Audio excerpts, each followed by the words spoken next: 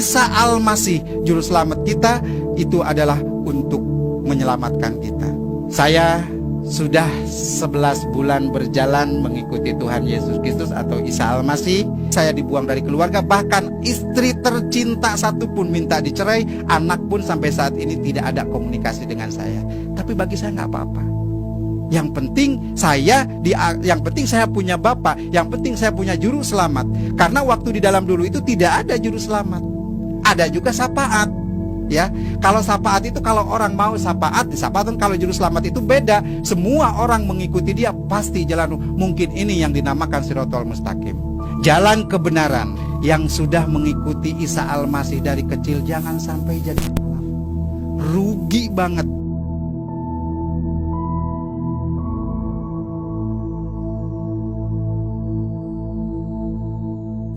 Salam, kasih karunia, rahmat dan damai sejahtera datangnya dari Allah.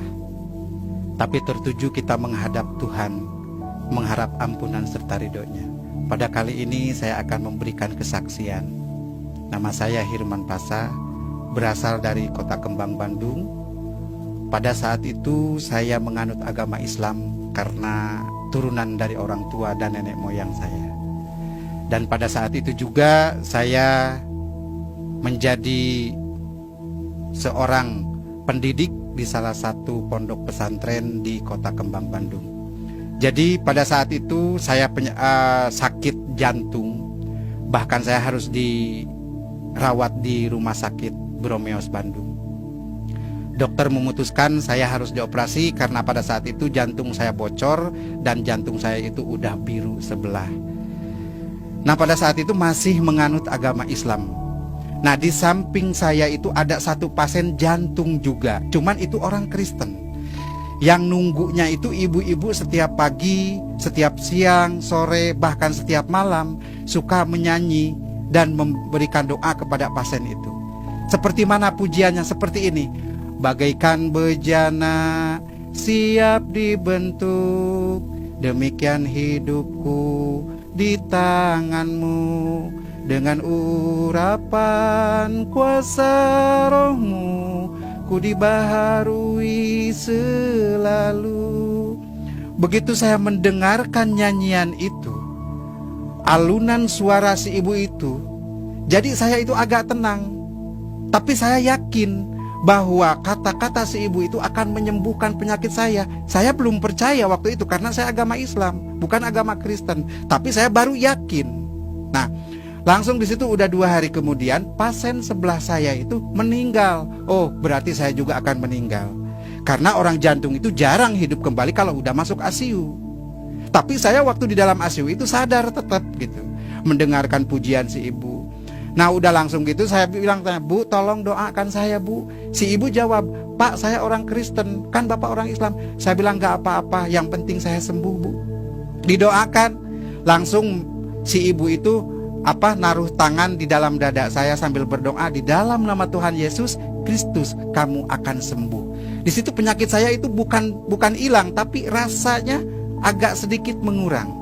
Langsung di situ saya diputuskan sama dokter itu harus dioperasi. Pada saat itu 2 hari kemudian langsung pasien sebelah saya itu meninggal. Wah, saya juga bakal meninggal gitu pikiran saya, karena di sebelah saya itu dia meninggal. Nah, udah 2 hari kemudian saya pas jatuh mau dioperasi, si ibu itu datang kembali. Kata si ibu itu kepada saya, "Pak, jangan takut, harus tenang, Tuhan pasti tolong." Tapi si ibu sebelum pulang menyimpan aqua di depan saya itu. Saya minum itu aqua, berkurang, saya dibawa ke lab. Langsung dokter memutuskan saya tidak jadi dioperasi, sekaligus saya sembuh. Puji Tuhan, luar biasa. Baru doa, baru pujian yang dilemparkan ke badan saya udah sembuh total. Apalagi saya bilang kalau mengikutinya. Nah, pada saat itu gancang ceritanya saya langsung pulang ke rumah karena tidak jadi dioperasi. Saya udah jual apa-apa buat biaya operasi, akhirnya nggak jadi itu dioperasinya. Nah, langsung di situ saya nyari itu alamat si ibu itu. Cuman waktu itu saya lupa minta alamat si ibu itu.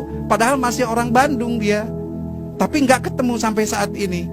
Nah, di situ saya langsung berpikir gimana caranya, karena saya itu guru atau ustadz di salah satu pondok pesantren, nggak mungkin lah saya bisa di demo. Nah udah begitu langsung saya bisa ada hubungan kemana-mana, langsung ada ngasih nomor kontak satu pendeta yang berasal dari Jakarta. Langsung saya menuju. Pada saat itu saya udah mengerti itu ajaran-ajaran Kristen, tapi saya belum total. Nah udah langsung saya tinggal di rumahnya pendeta di Jakarta. Sampai saat ini udah 10 bulan. Luar biasa, Tuhan Yesus menolong saya. Ada satu kenikmatan yang mengikuti ajaran Tuhan Yesus Kristus. Ada satu keistimewaan yang kita rasakan pada saat kita dibaptis. Saudara pernah dibaptis? Apa yang rasakan saudara pada dibaptis itu? Pengalaman saya waktu saya dibaptis. Saya dibaptis oleh 2 pendeta. Ya, langsung begitu turun masuk ke kolam baptisan, saya dibaptis. Begitu ditenggelamkan, saya katanya pingsan. Padahal saya bukan pingsan, dibawa salah satu orang, tapi yang saya nggak kenal, ke satu tempat yang luar biasa indahnya. Burung-burungnya, air-airnya, taman-tamannya indah sekali. Nah pada saat itu saya pingsan katanya karena waktu dibaptis itu. Nah di situ saya sama satu orang yang tidak dikenal itu dikasih kenang-kenangan atau dikasih bingkisan. Sampai saat ini belum ketemu. Apa sih artinya itu? Nah udah begitu langsung saya, namanya pendeta yang satu udah agak tua, yang satu juga walaupun muda dia gemuk. Saya badan gede, langsung ditarik dari kolam baptisan ke atas karena saya pingsan. Ya kayak ngangkat karung gitu, gitu kan. Jadi badan saya itu biru semua. Nah puji Tuhan begitu saya sadar, begitu saya siuman dari pingsan, saya mencari barang yang dikasih orang yang tidak dikenal itu tidak ketemu. Saya tanya kepada semua orang di situ, pada bengong semua. Jadi apa sih yang berbentuk buku bukan, berbentuk Alkitab juga waktu saat itu saya belum mengenal benar. Nah langsung saya setelah dibaptis, langsung saya kembali lagi ke rumahnya Pak Pendeta. Jadi sampai saat ini saya sudah 10 bulan di rumahnya Pak Pendeta. Luar biasa Tuhan menolong saya. Cobaan, kritikan dari keluarga, bahkan sekaligus saya dibuang dari keluarga. Bahkan istri tercinta satu pun minta dicerai. Anak pun sampai saat ini tidak ada komunikasi dengan saya. Tapi bagi saya nggak apa-apa. Yang penting saya punya Bapa, yang penting saya punya juru selamat. Karena waktu di dalam dulu itu tidak ada juru selamat. Ada juga syafaat. Ya, kalau syafaat itu kalau orang mau syafaat, kalau juru selamat itu beda. Semua orang mengikuti dia pasti jalan. Mungkin ini yang dinamakan Shirathul Mustaqim, jalan kebenaran. Saya pernah pernah membaca di dalam satu kitab Tizan Daruri. Kalau di dalam Islam itu tauhid.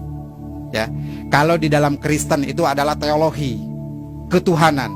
Di situ di dalam Tijan dikatakan la ilaha illallah iku maujud, la ilaha illallah iku ma'bud. Kalau orang di masjid kan suka baca itu. La ilaha illallah, tiada Tuhan selain Allah, iku maujud, yang berbentuk. La ilaha illallah iku ma'bud, tiada Tuhan selain Allah kecuali untuk diibadahan. Jadi kita ibadah itu kepada Tuhan yang berbentuk, wujudnya harusnya. Jadi namanya wujud berbentuk itu bisa dilihat, bisa diraba, itu berbentuk, itu wujud. Sedangkan dulu saya itu ibadah kepada Allah. Mana Allahnya itu nggak ada. Karena di dalam Al-Quran dikatakan Allah itu tidak punya tempat. Bukan di aras, bukan di surga, bukan di neraka. Tuhan itu laisa kamitslihi syai'un di dalam Al-Quran. Tidak ada satu tempat pun untuk Allah. Sedangkan Tuhan itu di dalam kata lafaz tauhid itu berbentuk mauzud. Nah di situ jelas. Jadi sedikit-sedikit sampai saat ini saya menggali bahwa inilah jalan kebenaran. Luar biasa Ibu Bapak Saudara. Isa Al-Masih juru selamat kita itu adalah untuk menyelamatkan kita. Saya sudah 11 bulan berjalan mengikuti Tuhan Yesus Kristus atau Isa Al-Masih. Saya minta dukungan dan doanya. Semoga saya diberikan kekuatan dan kesabaran. Dan saya minta doanya juga dari semua pihak untuk Pak Pendeta yang mengurus saya dan keluarganya. Semoga beliau ini diberkati. Jadi saya menghimbau, pesan dari saya, yang sudah mengikuti Isa Al-Masih dari kecil jangan sampai jadi khalaf. Rugi banget. Kita tadinya dari naik taksi naik ke beca. Memang semua juga kendaraan, tapi rugi banget gitu. Jadi tetap Kita sampai mati pun, sampai kemanapun, sampai tua pun, diberikan cobaan apapun, kita harus kuat mengikuti Isa Al-Masih. Karena Isa Al-Masih adalah is the best bagi kita, juru selamat bagi kita semua. Saudara yang terkasih, mungkin inilah yang saya perlu sampaikan. Jadi pesan dan kesan bagi saya untuk semua, yuk mari kita pegang kuat-kuat. Jangan sampai kita jadi mu'alaf. Tuhan memberkati.